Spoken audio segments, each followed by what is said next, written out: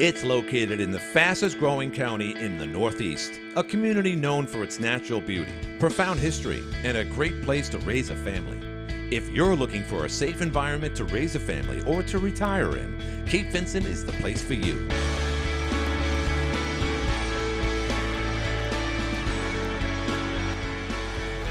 Cape Vincent is where Lake Ontario flows into the beautiful St. Lawrence River in the Thousand Islands, right on the Canadian border. If you enjoy nature, history, fishing, then Cape Vincent is the place for you. Cape Vincent, a great, small, close-knit community. I have lived here in Cape Vincent 78 years, and I wouldn't want to live anywhere else. This is the best of small town living right here. We like Cape Vincent because of the small town atmosphere. After I moved away, I wanted to always come back to this area. Great place to raise a family if you decide to have your business here. Everybody looks out for everybody. And I would suggest that if anyone is looking for a wonderful place to live, this is the place to be. Even though Cape Vincent wasn't incorporated until 1853, its historical roots go way back to 1615, when French explorer Samuel de Champlain first entered the region. Over time, the village would see more French settlers who purchased large tracts of land from the U.S. government. Well, of course, it all started because the French were given all this free property because they'd helped us during the Revolutionary War. And that's how all the farmers ended up in the little hamlet of Rosiere. They were all given so many, 50 acres of land, I believe, so many cows and chickens. And many of the stone houses, if you see them out there, were all, if you go back to Rosiere, France, you will see that same style house there. One of the largest landowners here was French businessman James Leray Chaumont, an American sympathizer and a key consultant to Benjamin Franklin during our nation's revolution. Joseph Bonaparte, brother to Napoleon Bonaparte, called Cape Vincent home in the early 1800s and once rallied to have his exiled brother brought to the Cape to live out his final years. Even though the little general never made it here, many of his exiled followers did, where they made Cape Vincent their home for life. Of course, French culture was alive and well on the other side of the St. Lawrence River in French-ruled Canada, creating two French communities on two separate nations. Today's nearby city of Kingston, Ontario, is still very rich in French and early English history and has one of the best preserved 17th century European-style downtowns in all of North America. The seasonal ferry to Kingston is the only one of its kind in the Thousand Islands. This continuous Canadian connection provides many business opportunities for small businesses and entrepreneurs. It operates during the summer months, which allows us to take advantage of all the people traveling across the border. We have people coming in both directions. A lot of Americans choose that as an alternate form of transportation and entering the country. We have free docking at our village dock, as well as at the New York State Department of Environmental Conservation dock, within walking distance of all of our fine shops and restaurants. I get a lot of Canadians that come over here and just visit for the day. Or passing through and stop in and check out all of our local shops and restaurants. Today, 200 years after the first French settled here, Cape Vincent remains true to its heritage, which they prove every July with their annual French Festival, one of the region's largest outdoor public attractions. Every year, the second Saturday of July, we celebrate the French Festival here in Cape Vincent.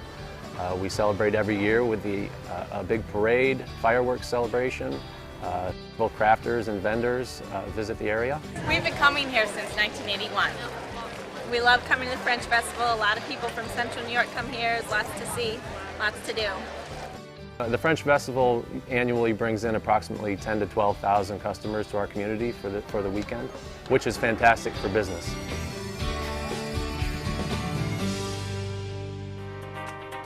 The festival is also a good opportunity for people to visit the lighthouse at TIBBETTS Point, which is one of Lake Ontario's oldest and most picturesque lighthouses. The TIBBETTS Point Lighthouse is primarily a year-round tourist attraction and is operated by the U.S. Coast Guard.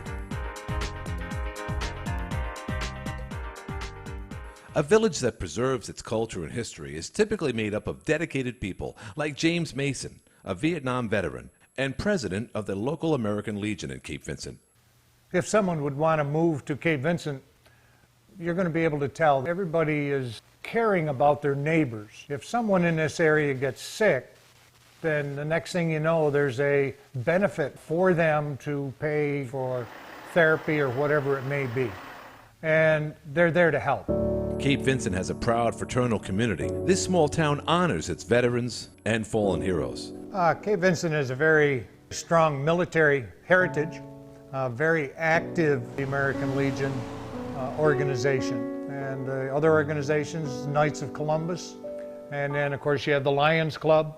We all work together to make it a better community to support and serve our youth. We're responsible for a lot of the funding that went into Recreation Park, the hockey rink, the tennis courts. Providing a good environment for the local youth is important to the local civic organizations in Cape Vincent. That's why they take great pride in their recreational park they help to create. The modern park is adjacent to the elementary school, which is situated right in the town and a short walk for many of the students. We talked to Principal Lars Hauck about his school. The average class size here at Cape Vincent Elementary School is going to be between 17 and 18 students per classroom. Our district spans from the Cape Vincent Tibbetts Point Lighthouse all the way up to the Thousand Islands International Bridge. The Cape Vincent campus is 7 miles from our middle school, high school campus, which is located in Sand Bay. This is a neighborhood school. It's within the village. Many of our students walk. We also have a great connection with the community, whether it is the Halloween parade, to piano recital competitions, to the art gallery, going to the Chamber of Commerce, going out to Tibbetts Point. There's a variety of information that you can find off of our website about our building, about the middle school campus, or even the Gardino building at the Clayton end of our district. All kinds of resources that they can tap into through the school website. It isn't hard to see how many art and cultural opportunities there are throughout the year in Cape Vincent. Among them is the annual Chopin piano competition. This 2-day event attracts the area's best young musicians at the local Maple Grove on West Broadway, Cape Vincent. This river town has many New England-style shops, a brand new medical clinic, and a resurrected brick hotel originally built in 1888. For decades, the 3-story brick Roxy Hotel was the town's main attraction. Yet the building fell into disrepair and was officially closed in 2010. Yet because it was qualified as an historical landmark, a developer worked with the town to obtain grant money to rebuild the Roxy Hotel. In just 6 short months, the new Roxy Hotel is finished and is the talk of the town. It has its own bar, restaurant, and entirely new hotel rooms on its 2nd and 3rd floor. The new Roxy demonstrates how well town leaders and business people can work together to save an old hotel from the wrecking ball. Because the Cape is across the way from Canada, it offered a great opportunity for a Kingston-based company to locate their U.S. business operations right here.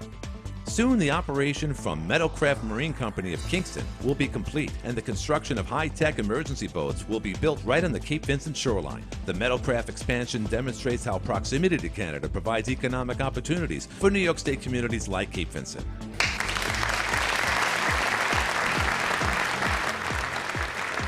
Things are happening in our community. That's why so many people choose to live here. This is a safe community, filled with history and natural beauty. It's a great place for a family business, like the Shavisi family, who owns Aubrey's Market and Restaurant. If anyone were to ever ask me why I would open a business here in Cape Vincent, I think it would have something to do with the fact that it's such a close-knit community. It's very safe, a lot of community support for all the local businesses. It's a great place to raise a family. Cape Vincent is just a really great place to call home. Cape Vincent is a wonderful place to raise children, like the Connertons, who are always a short walk away from their local school, the recreation park, and of course, the magnificent St. Lawrence River. It is a nice place for young people. We have a family down here with 5 kids, wonderful kids. I love to see them outdoors, having a good time. And I think it keeps the family together a little bit more. When you're in a smaller place without all the outside influences, good place to be.